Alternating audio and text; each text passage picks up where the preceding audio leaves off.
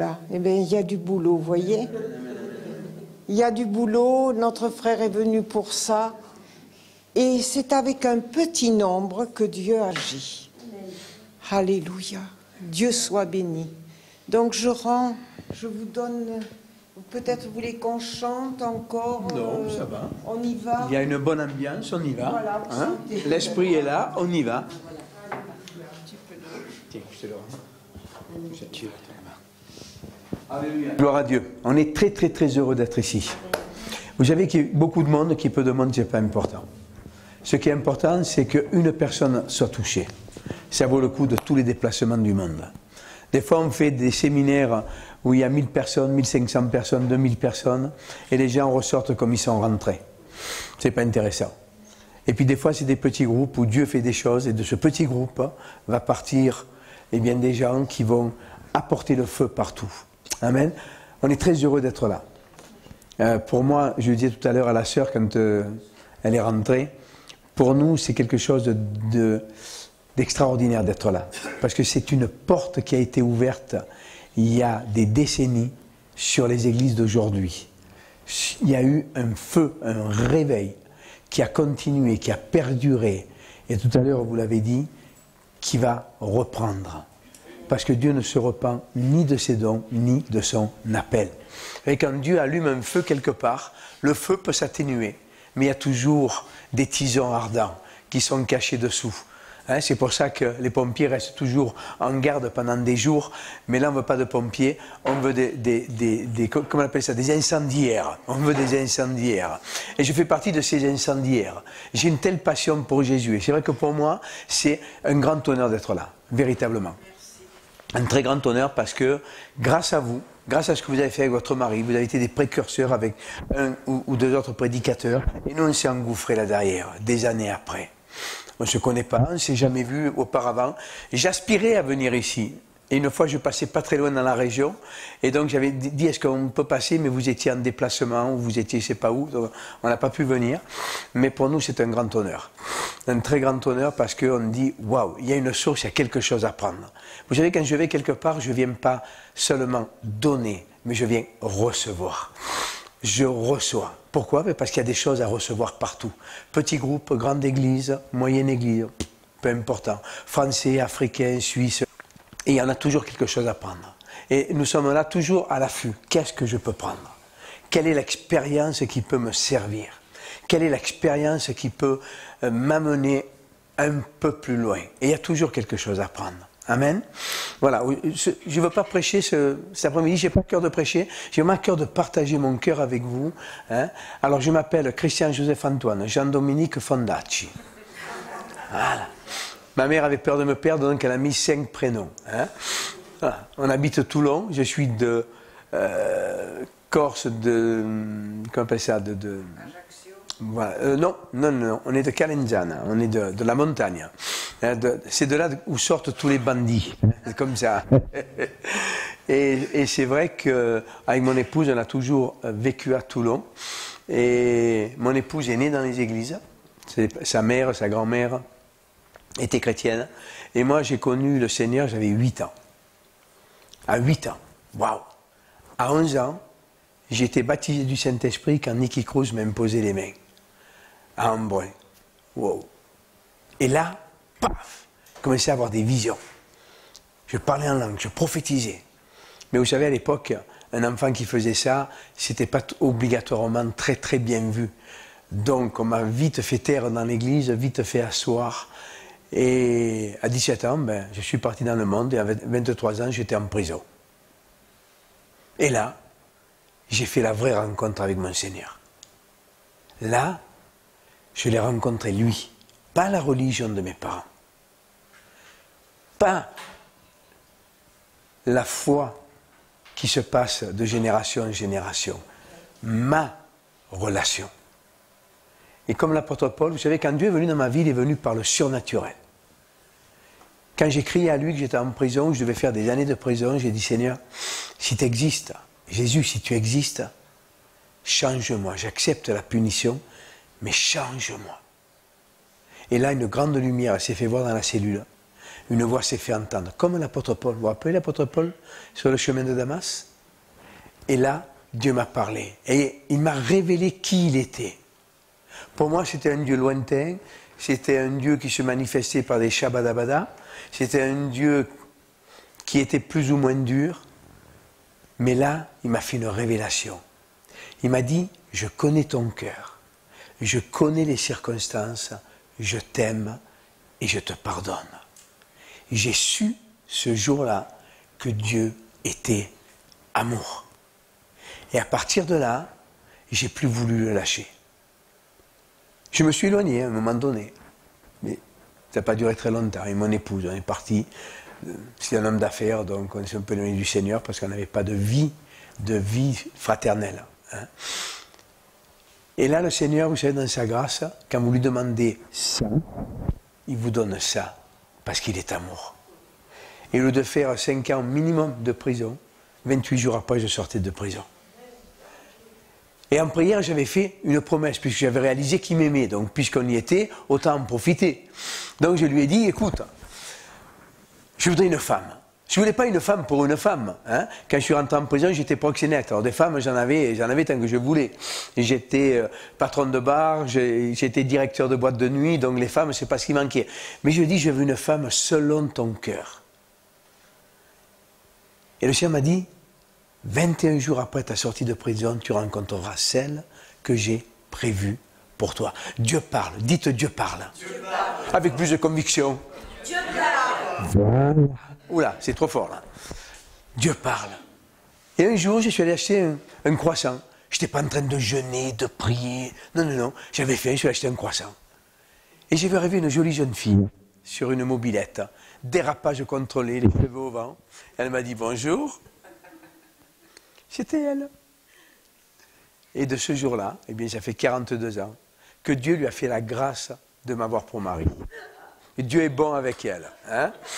Ok, voilà, ça a été les commencements avec le Seigneur. Et de là, eh bien, j'ai cherché à vivre autre chose. Je suis dans l'église où on est né, c'était l'église de la dénomination X avec le pasteur Y dans la ville W. Et là, il y a un truc qui n'allait pas. Et alors, quelqu'un qu'on connaissait qui était pasteur, qui est venu, qui m'a croisé parce qu'il était chef d'entreprise, j'avais une société de promotion, j'étais promoteur. Je contrôlais des maisons, des immeubles.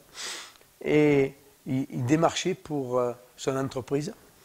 Et il est venu démarcher chez moi. Il m'a dit, mais on se connaît? Ben, j'ai dit oui. Ah, il m'a dit, écoute, j'ai une église à Toulon, viens me voir. Et alors, on est allé voir ce pasteur. Et c'est là où on a fait la rencontre de Claude et Julia. Une rencontre explosive. Où là, on s'est rencontrés. Il prêchait des choses. Je disais, mais ça ne me convenait pas. Il prêchait du Kenneth Hagin, ça ne me convenait pas. Je ne comprenais pas ce qu'il disait. Je prenais la Bible et je regardais. Et puis je suis allé chercher tous les livres de Kenneth Hagin. Et j'ai commencé à regarder. Ma manière de parler a changé. Ma manière d'être a changé. J'ai commencé à voir ma vision qui a changé. J'ai commencé à lire beaucoup de livres. Beaucoup de livres.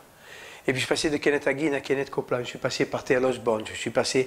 Et je me suis nourri, parce qu'on n'avait pas cette dimension-là, je me suis nourri par tous les livres de réveil que je pouvais trouver. Il n'y avait pas les vidéos comme aujourd'hui, il n'y avait pas tout ça, donc c'est par les livres. Là j'ai lu un livre, je ne sais pas si vous connaissez l'auteur, qui s'appelle...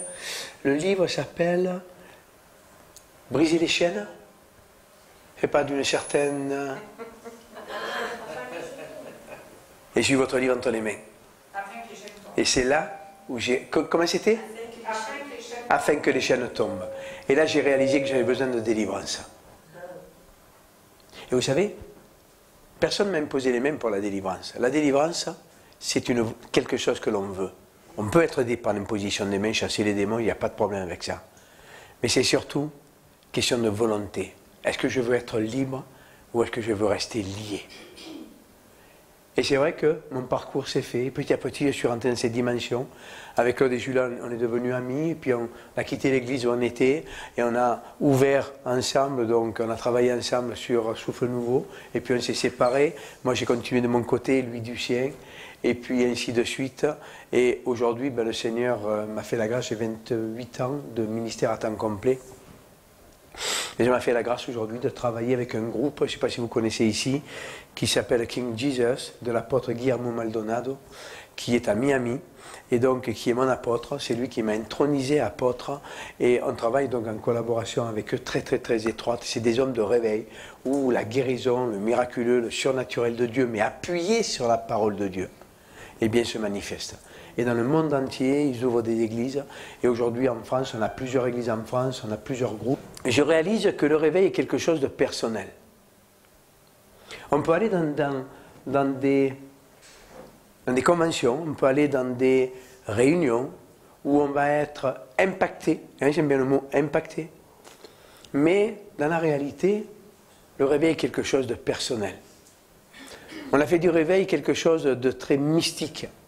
Mais le réveil, c'est quelque chose de très très simple. Le réveil, c'est quoi? C'est quelqu'un qui dort, et puis qui, quand le réveil sonne, eh bien, il se lève. Ça s'appelle le réveil. C'est tout simple. Et ce que j'enseigne, c'est que le réveil, moi je vis dans le réveil. Le réveil, ce n'est pas les âmes qui viennent. Les âmes qui viennent, c'est le fruit du réveil. Le réveil, c'est des chrétiens qui réalisent qu'ils sont là pour servir Dieu. Et moi, ma passion, c'est de servir Dieu.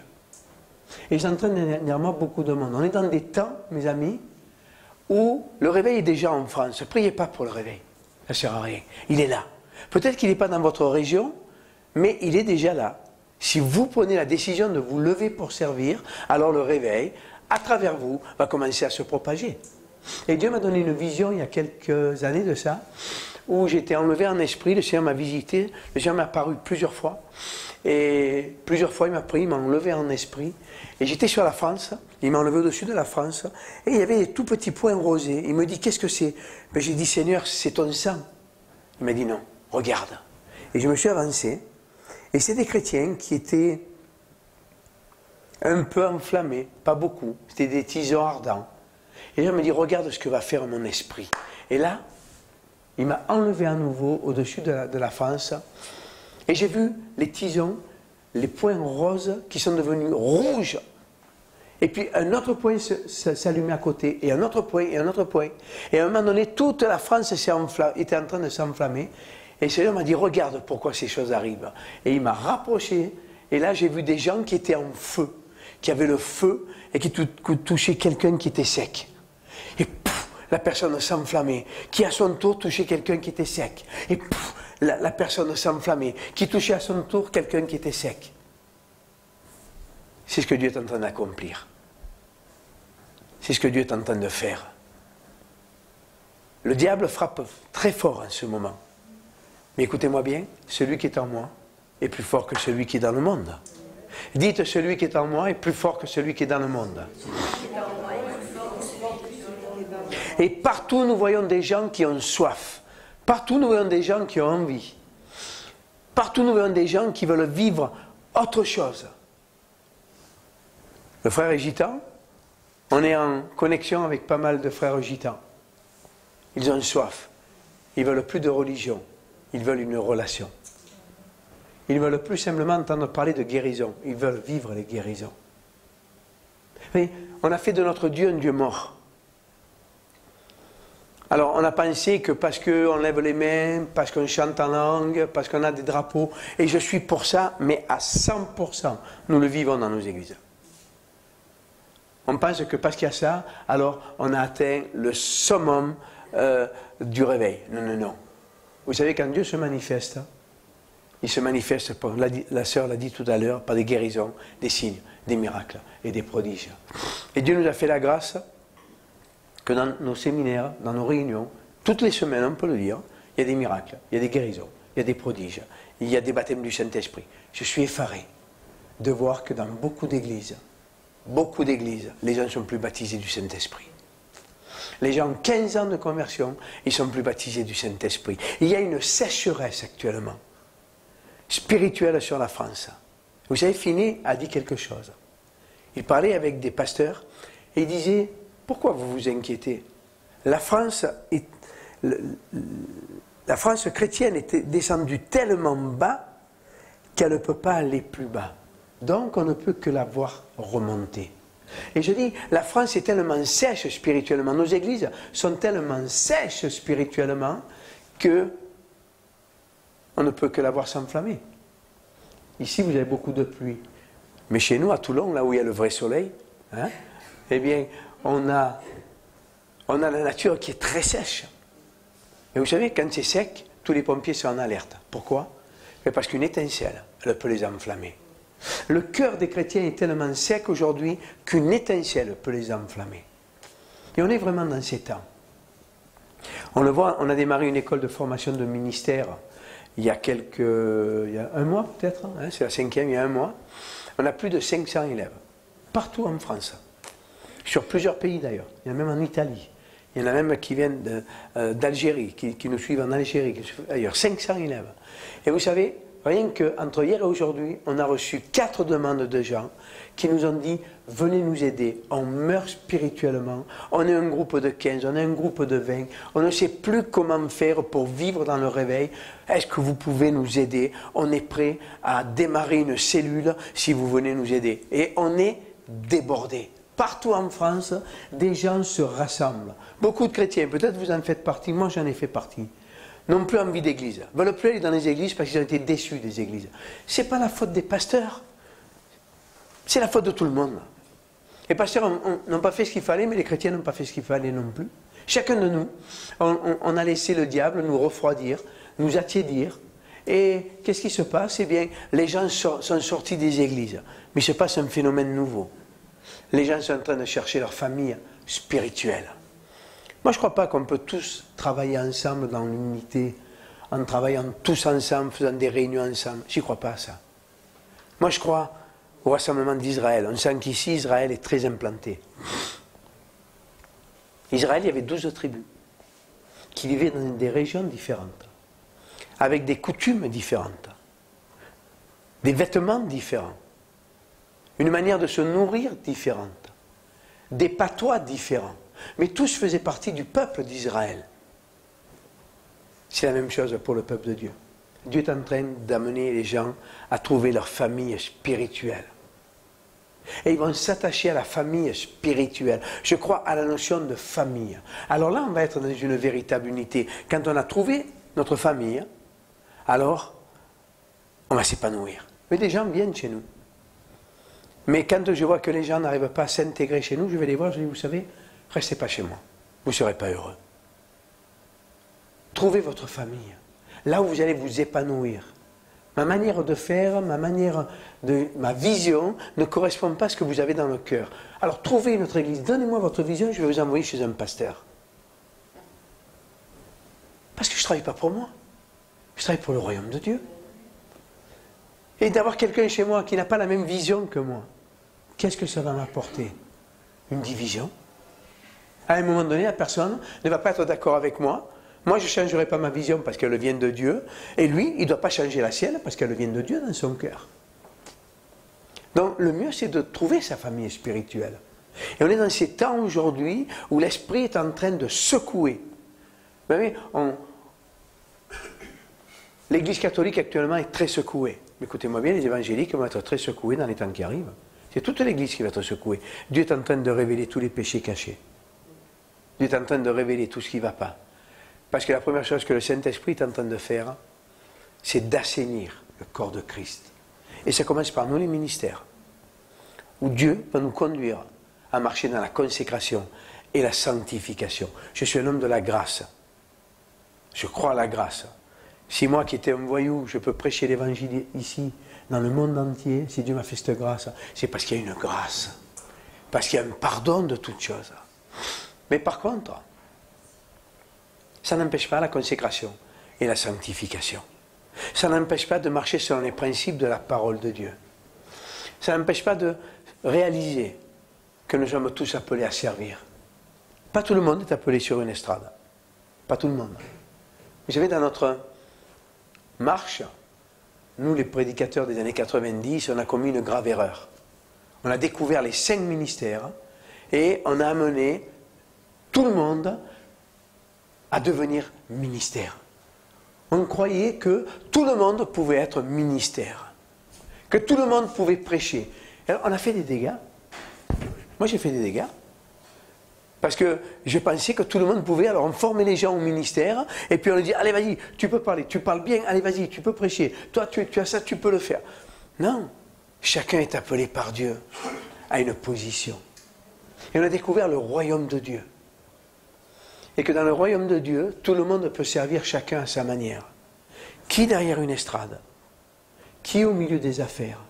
Qui dans l'aide sanitaire? Qui dans l'aide alimentaire? Qui dans tel domaine? Chacun de nous, nous avons quelque chose à faire. Mais dans les principes de la parole de Dieu. Est-ce que vous me suivez? Et on est dans ces temps où Dieu est en train d'allumer des feux.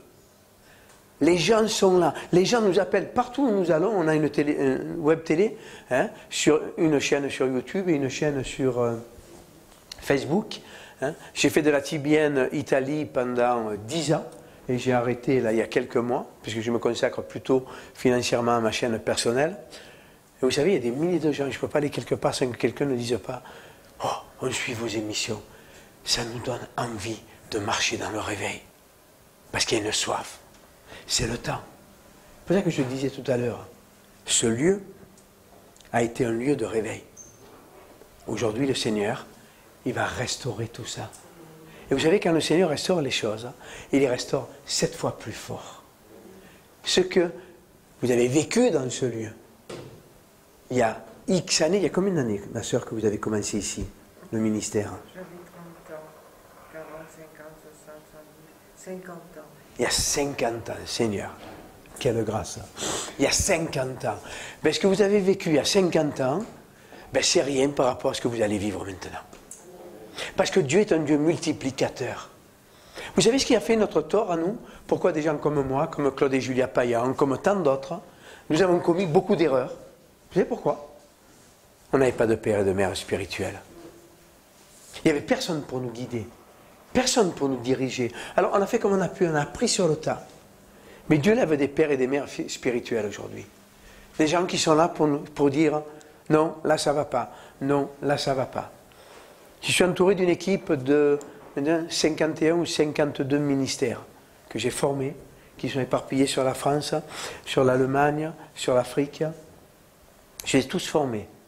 Mais vous savez, avant d'être nommé dans le ministère, il passe par une vraie formation. On va en faire des hommes et des femmes spirituellement mûrs, solides. Dieu m'a donné un slogan pour notre ministère, c'est bâtir une église forte et audacieuse. Parce que l'église est fragilisée. Et on est dans les temps où Dieu veut fortifier l'église. Il veut la fortifier à travers des enseignements, mais à travers d'apôtres qui sont en train de lever, que j'appelle des pères. On a connu une génération d'apôtres en France, mais qui étaient des leaders. Moi, je ne suis pas comme ça. Moi, j'étais un leader. Mais je me suis aperçu que le leader, c'est fait pour l'entreprise. Ce n'est pas fait pour le corps de Christ. Et je gérais les gens comme un leader d'entreprise, parce que j'ai été leader d'entreprise. Mais je me suis aperçu que les apôtres sont des papas. Vous savez, quand vous travaillez avec un leader, vous n'héritez pas du leader. Vous prenez ces techniques que vous appliquez pour faire avancer son entreprise. Mais par contre, quand vous avez un père spirituel, vous héritez de ce père. Avant, on n'en parlait pas de ces choses-là. Mais aujourd'hui, le Seigneur révèle ces choses-là. Hein, le cœur du Père, on a tous connu le cœur du Père. Mais le cœur du Père qui nous guérit nous amène à devenir des pères pour d'autres. Et Dieu est en train de changer la face de l'Église. Jamais plus là, l'Église sera la même. Jamais plus. Dieu secoue l'Église religieuse. Dieu secoue l'Église qui joue à l'Église. Moi, je crois à l'Église locale. Moi, j'y crois. C'est la grande mode aujourd'hui de prêcher qu'il n'y a plus besoin d'église, il n'y a plus besoin de ministère. Ça, j'y crois pas. Moi, je crois à l'église locale. Je suis un homme d'église. Maintenant, à une église de réveil. Et ce que je prêche, c'est qu'une église qui ne porte pas de fruits doit être fermée. J'ai fermé plusieurs églises chez moi. Plusieurs. Parce que les leaders ne voulaient pas porter de fruits. Parce que les leaders se contentaient d'avoir un titre. Dieu n'est pas dans les titres. Dieu est dans la fonction. Est-ce que vous me suivez? On est dans le temps où Dieu est en train de lever des fonctions. J'ai des témoignages comme vous avez, vous, ma sœur. Mais le monde, il en a besoin. Le monde chrétien en a besoin. Ma maman a 94 ans, mon beau-père a 99 ans, ils sont toujours vivants. Ils ont une femme de ménage 2 heures par semaine, ils se font leurs courses. Mon beau-père a 99 ans, il va faire 100 ans en septembre. 99 ans, presque 100 ans, il va au marché 2 fois par semaine à pied et il remonte. Mais ça a été des gens qui ont servi Dieu toute leur vie. Et vous savez leur expérience. Ma mère était prophétesse, mais elle était dans une dénomination où on n'acceptait pas cela. Alors elle a commencé son ministère de prophétesse avec moi. Elle avait 72 ou 73 ans, quand j'ai commencé le ministère. Et quand elle a accepté que je sois dans le ministère. Et alors j'ai commencé à la faire venir, elle a commencé à prêcher, elle a commencé à enseigner, elle a commencé à prophétiser, parce que le don il était là, Dieu lui avait donné. C'est une femme de prière, une femme de la parole. Et mon beau-père, il a amené des milliers de gens au Seigneur. Tous les jours, il était dans les rues, en train d'évangéliser. Et il a amené des milliers de gens au Seigneur. Oh, il aurait pu faire carrière dans le ministère, mais dans la dénomination où il était, ça ne marchait pas comme ça. Les hommes ont lié les ministères. Mais gloire à Dieu, il y a un vent de liberté qui est en train de souffler sur l'Église. Et ces gens-là, eh bien moi, je suis aujourd'hui le fruit de ce qu'ils ont fait. Ce que ma mère n'a pas pu accomplir avant, eh bien c'est moi qui l'accomplis, parce que ce qu'elle avait en elle est passé en moi. Mon beau-père, vous savez, je suis pour vous le dire, je suis un évangéliste avant toute chose. Je suis un évangéliste. Mettez-moi des âmes inconverties, vous pouvez être sûr qu'il n'y en a pas. S'il y a 10 inconvertis, il y en a au moins 9 qui vont accepter Jésus. Pourquoi? Parce que, waouh, ça brûle en moi. Ça brûle en moi. Et ça, le signe du réveil, c'est quoi? C'est quand tu commences à avoir, là, le feu. Le feu pour amener les âmes à Christ. Pour dire, être chrétien, c'est pas simplement se nourrir de prédication, mais c'est aller apporter à l'extérieur ce que je reçois à l'intérieur. Le christianisme, c'est une histoire de don. Dieu a donné son Fils a donné sa vie, et nous devons donner ce que nous recevons. Qu'est-ce que vous recevez? Je vais vous donner un exemple. Donnez-moi 1 million d'euros, s'il vous plaît, mon frère. Donnez-moi 1 million d'euros. Vous ne voulez pas? Vous ne m'aimez pas? Alors pourquoi vous ne me le donnez pas? Vous ne les avez pas? Et voilà. Il est là le problème de l'Église. Qu'est-ce que tu as reçu que tu peux donner? Les églises sont des boulangeries où il n'y a plus de pain. Il faut rebâtir ça. Le Seigneur nous a parlé il y a quelques mois de ça, il y a 3 mois. Il nous a dit, parce qu'on partait en évangélisation, et je priais, je dis, Seigneur, il n'y a pas de fruits. Il n'y a pas d'âme. Et le Seigneur me dit, mais pourquoi tu commences à aller chercher des âmes? Pour les mettre où? Parce que Dieu m'a demandé de remonter une église à Toulon. J'ai pris un local, hein, j'ai obéi. À moitié. Des gens sont venus, mais ce n'est pas une église. Je ne voulais pas d'église, je ne voulais plus d'église. J'avais donné avec les chrétiens, je ne voulais plus. J'ai dit, Seigneur, moi je ne veux plus. Moi je fais le prophète à droite, à gauche, on m'invite, tout le monde dit même. Mais l'église, non. Seigneur, tu m'as libéré des chrétiens. Pourquoi tu veux me renvoyer là? Eh, Dieu, il fait ce qu'il veut. Et qu'est-ce que j'ai fait? J'ai ouvert le local, mais je ne me suis pas occupé. On a fait des réunions, les gens sont venus. Et puis, ils repartaient. Ils repartaient parce que ça ne l'occupait pas, on n'avait pas envie. Tu ne voulais pas. Et elle m'a dit, tu vas avoir des âmes? Pour en faire quoi? Où est ton église? Mais Seigneur, il y a le local. Non, non, non. Où est ton église? Le local n'est pas l'église. Et là, on a compris. Le Seigneur m'a parlé, il m'a dit, rebâtis la muraille de Néhémie. La première chose que tu dois rebâtir, c'est la porte des brebis. Mon peuple est fatigué. Mon peuple est détruit. Rebâtis cette porte. Et alors j'enverrai les poissons. Il y a 3 mois, il a dit ça. Seigneur, oui, ok, allez, on va le faire. Et il y a 15 jours, le Seigneur nous a repris. Et il a dit, où sont les travaux pour la porte des brebis? On n'avait rien fait. Et là, l'Esprit de Dieu est tombé sur nous. Et un vent de repentance a soufflé. Et là, j'ai demandé pardon à Dieu. J'ai dit, Seigneur, pardonne-moi, je n'ai pas fait ce qu'il fallait. Elle a commencé à mettre en marche le processus. On a fait des prospectus, non pas pour l'inconverti, mais pour le chrétien. Qu'on a distribué dans Toulon, en 15 jours, on a distribué plus de 10 000 prospectus. On a fait des vidéos que l'on passe sur Facebook, sur YouTube, pour les chrétiens. Et vous savez ce qui se passe? Eh bien, le Seigneur a commencé à envoyer des gens. J'ai démarré mon école à ce moment-là, mon école de formation de ministère, parce qu'il y a une demande. Et les gens ont commencé à s'inscrire. Et aujourd'hui, il y a 500 élèves. On travaille à l'offrande, on ne fait pas payer. Moi, j'ai rien contre le fait qu'on fasse payer. Hein. Mais le Seigneur m'a dit, fais à l'offrande. On ne fait qu'à l'offrande. Et vous savez ce qui se passe? Les gens donnent, les gens donnent. Il y a une personne qui a donné 600 € pour les cours, pour un mois. D'autres 150, d'autres 200, d'autres 300, parce qu'il y a une soif. Et le Seigneur a commencé à envoyer des gens qui n'ont plus d'église, des gens qui ont tapé dans la même semaine, église de réveil, ils sont tombés sur nous et ils sont venus à l'église. Ils ont écouté les messages, ils ont été guéris, transformés. Une jeune sœur qui est arrivée dans l'église, elle est venue, elle était sourde d'une oreille. 3 jours après, je priais pour elle. Elle a retrouvé toute son ouïe, guérie instantanément.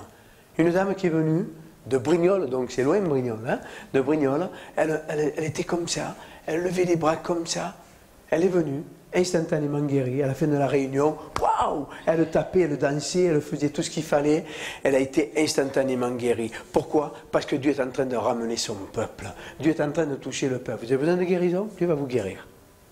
Mais qu'est-ce que vous allez en faire? Est-ce que vous allez juste recevoir une guérison? Ou est-ce que vous allez dire, Seigneur, tu me guéris, maintenant je vais te servir? C'est le but. C'est le but de servir. Parce que Dieu nous appelle à servir. Que dit l'apôtre Paul? Comment sauront-ils s'il n'y a personne pour le leur dire? Comment sauront-ils? Mais dans la réalité, est-ce que ta vie est épanouie pour que tu puisses aller dire aux gens que ça vaut le coup, Jésus? Est-ce que ta vie est une vie fabuleuse? Oh, on peut avoir des épreuves. Partie de la vie. Mais avec l'épreuve, Dieu envoie toujours la solution. Est-ce que ta vie est un exemple pour les autres? Est-ce que tu es heureux? Vous savez, moi je suis un homme heureux. Je me lève le matin, je suis heureux, je me couche le soir, je suis heureux. Bon, pas autant que ma femme parce qu'elle a un mari extraordinaire. Mais je suis heureux. Est-ce que vous êtes heureux? Véritablement. Je ne parle pas être heureux à l'évangélique, dans la réunion, oui Seigneur, je suis heureux, et puis dans ta vie tout est détruit. Vous savez, j'étais suicidaire, j'étais dépressif, j'étais alcoolique, j'étais un homme violent. Et Dieu a changé ma vie. Quand tu touches Christ, Christ change toutes choses en toi. C'est ça être chrétien. Quand les gens ils vont te voir, ils vont dire « Waouh, elle a une épreuve, mais elle ne change pas. Elle ne s'écroule pas. » Pourquoi? Parce que Dieu nous porte. Je puis tout par celui qui me fortifie. Alors, est-ce qu'il y a des moments où on ne baisse pas les bras? Bien sûr que non, on a tous des moments où on baisse les bras. Parce qu'on n'est que des hommes. Parce qu'on n'est que des hommes. Il y a des moments où on est fatigué, parce qu'on n'est que des hommes. Mais à un moment donné, le Seigneur, waouh, dans sa grâce, il arrive. Et il nous relève. Et là, on repart 7 fois plus fort. Vous savez, j'ai souffert de l'église religieuse. L'église m'a envoyé au monde. Je ne cherche pas d'excuses, j'aurais pu dire non. Mais l'église m'a envoyé au monde. Pourquoi? Parce qu'on parlait de choses qu'on ne vivait pas. Vous savez, dans mon enfance, hein, mon épouse, hein, on a vu l'imposition des mains tous les dimanches après-midi. Et le dimanche après, les mêmes qui venaient, et on recommençait l'imposition des mains. Et il n'y avait jamais de guérison. On est arrivé au stade où les gens venaient avec les cachets et disaient « Priez, vous pouvez prier parce que, pour pas que les cachets me fassent de mal. » Mais c'est terrible. Prions plutôt pour que tu sois guéri. Enfin, il me semble. Et vous savez, j'ai dit ça, c'est ça l'Église? C'est ça Jésus-Christ? À quoi ça sert? Quelle est la différence entre moi et les gens du monde? Un jour, il est venu un ami, un homme d'affaires, puisque j'étais dans les affaires et que j'étais converti. Il vient et il me dit, waouh, ta manière dont tu as parlé de Jésus, waouh, ça m'a scotché. C'est extraordinaire. Mais par contre, j'ai un petit problème. J'ai dit lequel? Ben, tu dis que Jésus guérit. Tu dis que Jésus transforme. Tu dis que Jésus est puissant. Mais quand tu as fait un appel pour les malades, tous les gens dans l'église se sont levés. Quand tu as fait un appel pour les fauchés, alors ils se sont tous levés 2 fois. Quand tu as fait un appel pour les couples brisés, la plupart des couples se sont levés. Il me dit, il y a une dissonance entre ce que les gens vivent et ce que tu prêches. Waouh! Je dis, mais il a raison. Il y a un problème. Le problème, il n'est pas chez les gens. Il dit, Seigneur, le problème, il est chez moi. Et là, le Seigneur m'a parlé. Et quand je priais pour les gens, je dis, Seigneur, guéris-le, Seigneur, guéris-le, Seigneur, guéris-le, Seigneur, guéris-le. Et je passais. Et s'il y avait un paralytique, je faisais le tour 25 fois du fauteuil et j'attendais pour pouvoir, avant de prier pour lui, peut-être qu'il va aller s'asseoir parce que je n'y croyais pas dans la réalité. J'avais une technique. Oh, il y avait quelques guérisons qui se faisaient. C'était une technique. Mais il n'y avait pas le fondement de la foi. Et le Seigneur m'a dit, démonstration de puissance. Rappelle-toi ce qu'a dit l'apôtre Paul. Le royaume ne consiste pas en paroles seulement, mais dans une démonstration de puissance et d'esprit. Et alors j'ai commencé à me mouiller. J'ai commencé à prier pour les gens. S'ils avaient des cannes, j'arrachais les cannes et je les faisais marcher. Et ça marche. Les sourds, j'essayais de les faire entendre.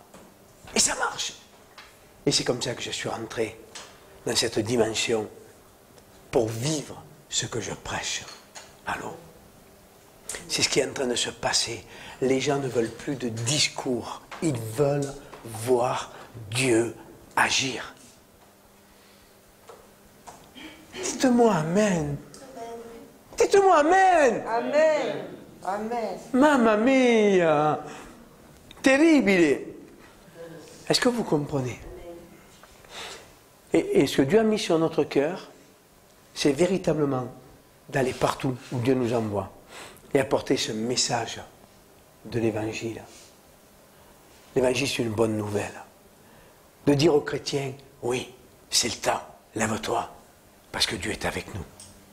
Oui, c'est le temps, reprends ton ministère, parce que c'est le temps. Dieu, aujourd'hui, rappelle ses serviteurs. J'ai beaucoup de serviteurs qui se sont arrêtés. Ils sont tombés. Mais vous savez, pour tomber, il faut s'être levé d'abord.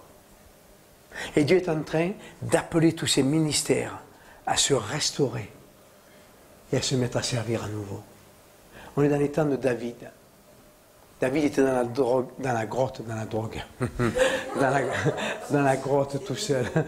David avec le joint et tout, ne sait pas ça. Qu'est-ce qui se passait? Tous ceux qui sont venus, c'était des blessés. C'était des gens pleins de dettes. C'était des gens rejetés. Et avec ces 300 personnes qui l'ont rejoint, qu'est-ce qu'il a fait, David? Il a mené Israël à être la cité de Dieu. Allô? Et on est dans ces temps-là. Dieu relève tous ceux qui se sont écroulés. Je me suis écroulé dans ma vie. Mais Dieu m'a fait grâce de me relever. C'est le temps où Dieu relève son peuple. Mais la vraie question, est-ce que tu veux être relevé? Est-ce que tu veux être relevé? Et tout au long du week-end, on m'a parlé de ce qu'est un véritable chrétien. On m'a parlé de la résurrection. Pas pour Pâques, mais qu'est-ce que ça veut dire dans notre quotidien, la résurrection? Qu'est-ce que ça veut dire? Qu'est-ce que ça change dans ma vie? Jésus est vivant. Où sont les signes de ce Jésus vivant dans ma vie? On chante, ce vieux chant qui disait « Il est vivant, pom, pom, pom, il est vivant ». Vous connaissez ce vieux chant? Mais ça change quoi dans notre vie? Est-ce que les gens en regardant, ils disent « Oh, il y a quelqu'un de bizarre là. Il a un truc, ce gars. » Vous voyez, quand j'étais proxénète, les filles, les prostituées m'appelaient visage d'ange. Ça, c'était avant, j'étais jeune et beau. Aux yeux de démon. Mais ce qu'on disait de moi, quand j'étais un voyou, aujourd'hui, je veux qu'on dise « Waouh, visage ridé, mais les yeux de Jésus. » Oh oh! Est-ce que vous me suivez? On parle de possession démoniaque. Moi, je parle de possession du Saint-Esprit. On doit être possédé par le Saint-Esprit. Est-ce que vous êtes possédé par le Saint-Esprit? Parce que Paul était possédé par le Saint-Esprit. Il dit, ce n'est plus moi qui vis, c'est Christ qui vit en moi. Amen. Voilà, c'est tout. Vous partagez mon témoignage rapidement. Et je ne vais pas prêcher aujourd'hui, je vais laisser la place à la sœur. À vous de faire. Moi, j'ai partagé ça en entrant en matière. Et le désir de mon cœur, c'est que ceux qui viennent, qui ont soif, puissent changer. Vous n'avez pas soif? Rentrez à la maison. Que ceux qui restent soient ceux qui aient soif. Ma sœur, écoutez bien ce que je vous dis, je le dis devant tout le monde. À la fin de ce week-end, vous serez revêtus à nouveau de l'armure. Et le Seigneur vous dit, tu as été blessé, tu as été meurtri. Il a fallu le temps de la restauration. Maintenant, tu vas repartir car j'ai besoin de toi. Amen. Alors moi, je m'appelle Annie, donc je suis l'épouse de Christian. Ça fait 42 ans donc nous sommes mariés. Nous avons 4 enfants. Voilà, on avait des vieux bébés, comme je dis. En fait, je suis née dans une famille chrétienne. Ma mère était chrétienne quand je suis née. Ma grand-mère aussi, parce que c'est notre grand-mère qui nous a élevés avec notre mère. Voilà, donc j'ai été sage, on va dire. Hein. Et puis à 16 ans, quand j'avais 16 ans, j'ai rencontré Christian. Et voilà, on est parti pour se marier. Hein. J'étais mariée à 17 ans et demi. Voilà, et puis comme l'église où on était n'a pas voulu nous marier, ben, on a été bénis par un pasteur, hein, un ami de la famille. Et on a tellement été déçus de cette église qui ne nous recevait pas, en fait, qui ne voulait pas nous marier parce qu'il était divorcé, en fait, qu'on s'est éloigné du Seigneur. C'est tout bête, hein, mais on était blessés et on s'est éloigné du Seigneur. Et quelques années après notre mariage, on est revenu au Seigneur dans des souffrances, en fait, parce qu'on savait qu'auprès de lui, on allait trouver le secours. Et on a commencé comme ça avec le Seigneur un cheminement. Donc on a rencontré bien sûr Claude et Julien, qui nous ont donné un renouveau en fait dans notre vie spirituelle. Et là, on est parti sur notre chemin et donc il y a eu l'appel aussi, l'appel de Dieu. Donc Christian a commencé à rentrer dans son appel d'évangéliste d'abord, ensuite de prophète. Voilà, et puis moi j'ai toujours été à côté de lui. J'ai toujours suivi en fait. On a toujours été dans la foi. Donc après, il s'est mis à plein temps dans son ministère. Donc il a pu travailler. Il a tourné comme ça pendant des années, tout seul, on va dire. Hein. Il était appelé en Italie, en France, un petit peu partout comme ça. Et moi, je continue à travailler. Et un jour, le Seigneur m'a dit, tu vas arrêter de travailler. Alors ça ne s'est pas fait du jour au lendemain en fait. Plusieurs fois le Seigneur m'a parlé par la bouche de serviteurs en fait. Hein, parce que bon, Je ne voulais pas entendre comme ça le Seigneur me parler. Mais j'étais convaincue que j'allais m'arrêter de travailler.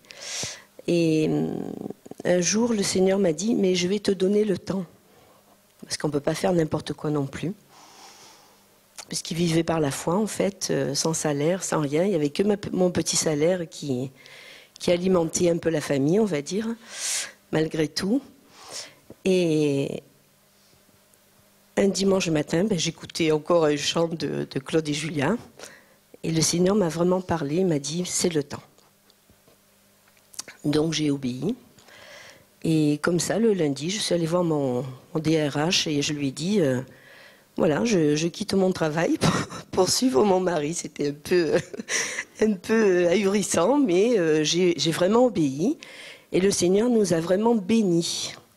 Il nous a bénis dans tous les points, financièrement. Il nous a bénis dans notre onction. Et voilà, j'ai commencé à marcher à côté de mon mari depuis 7 ans. Voilà, nous sommes à plein temps, tous les deux. Et vraiment, c'est une joie de servir Dieu. Parce que malgré les embûches, malgré les tracas, en fait, on sait que Jésus est toujours la solution. Et c'est ça qu'il faut regarder, c'est qu'il est la solution à notre vie.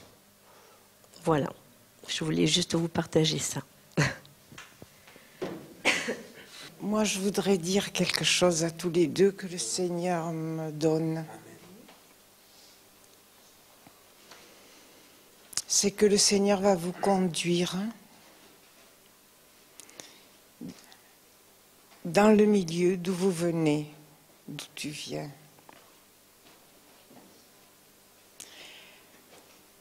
Les portes vont s'ouvrir toutes seules. Mais ce que je crois, c'est que toi, Christian, il faut que tu n'aies plus peur d'aller vers ce milieu. Parce que tu ne tomberas pas.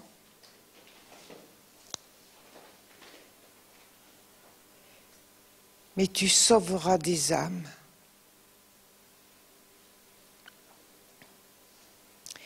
Et le Seigneur va te conduire et va vous conduire. Je n'exclus pas ma sœur.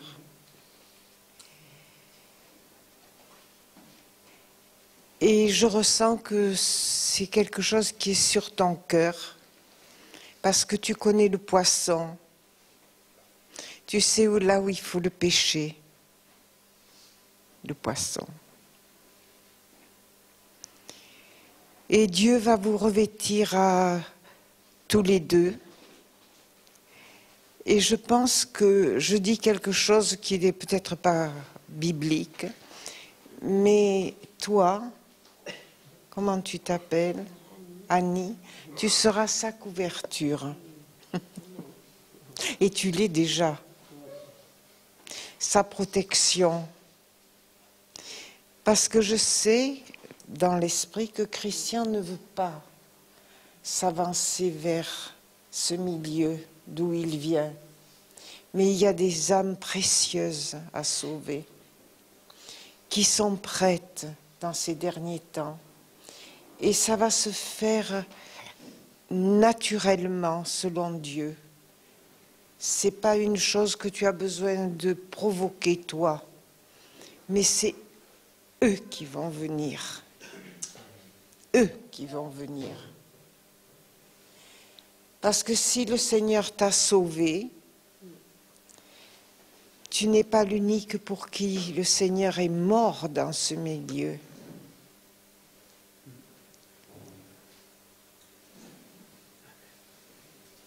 Et je pense toujours qu'il ne faut pas avoir peur. Parce que quand Dieu nous appelle, il nous enlève toute frayeur, toute crainte, et il va te redonner la force, l'onction surtout. L'onction pour aller, ça va venir tout doucement, un nouvel amour. Ça se fera peut-être avec une personne, et puis après avec deux, et puis ces deux vont amener d'autres et d'autres. Il y aura une chaîne. Et je pense aussi que cette ville de Toulon où vous êtes, il faut rester. Parce que vous êtes là où il y a ce poisson. Toulon, Marseille, c'est là où se trouve le poisson. Et peut-être avez-vous pensé vous retirer, aller un peu plus au vert, je ne sais pas. Mais c'est là qu'il faut travailler. Et le temps est court, très court, très très court. Amen. Qui a été interpellé par ce message et qui sent dans cet instant de donner non seulement son cœur, parce que la plupart vous l'avez fait, mais votre vie pour une nouvelle dimension.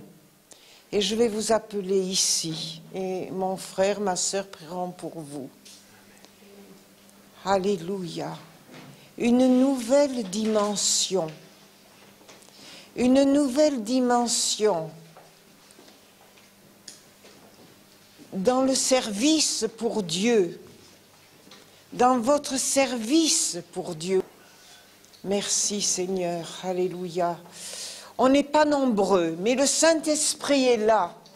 Et le Saint-Esprit multiplie par sa présence tous ceux qui ne sont pas là. Vous comprenez ce que je dis? Ça veut dire qu'on est nombreux. On n'est pas nombreux, mais il y a les anges qui sont là. Les myriades d'anges qui sont là. Parce que c'est un rendez-vous avec Dieu. Amen. Et le témoignage que nous a donné notre frère, c'est un témoignage de Dieu. De Dieu. Dites avec moi, de Dieu. De Dieu. Alléluia, Seigneur. Merci.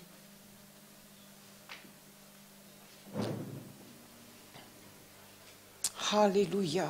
Gloire à Dieu. Gloire au Seigneur.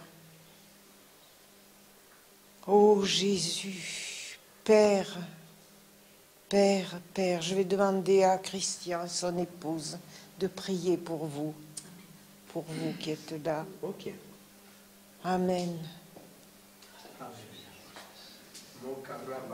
La vie soit guérie. Souffle